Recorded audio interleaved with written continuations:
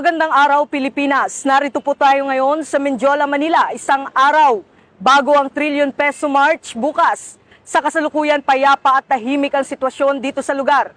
Sa ngayon naman po ay makikita po natin na wala pang nakapwesto ng mga pulis sa paligid ng Mendiola. Gayunpaman, nakastandby na ang mga tropa at nakahanda na ang lahat ng kinakailangang kagamitan para sa agarang deployment. Samantala, inanunsyo din ng Manila Police District o MPD na ilang kalsada sa Maynila ang isasara sa trapiko kaugnay ng mga kilos protesta. Sa Mendiola area, kabilang sa mga isasara, ang bahagi ng CM Recto Avenue mula N. Reyes hanggang Mendiola at bahagi ng Ligarda mula Figueras Street hanggang San Rafael Street.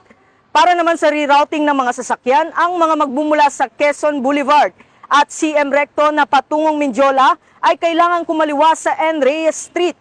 Ang mga galing naman sa Santa Mesa via Ligarda patungong CM Recto ay kakanan sa Figueras Street, dadaan sa Earnshaw at kakaliwa sa SH Loyola.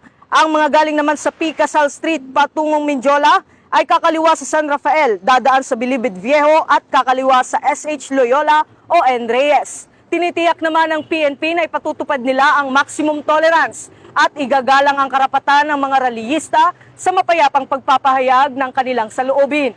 Pinapayuhan naman ang publiko na maging handa sa pagbabago ng trapiko bukas at hanggat maaari ay umiwas muna sa mga pangunahing kalsada sa paligid ng Mendiola.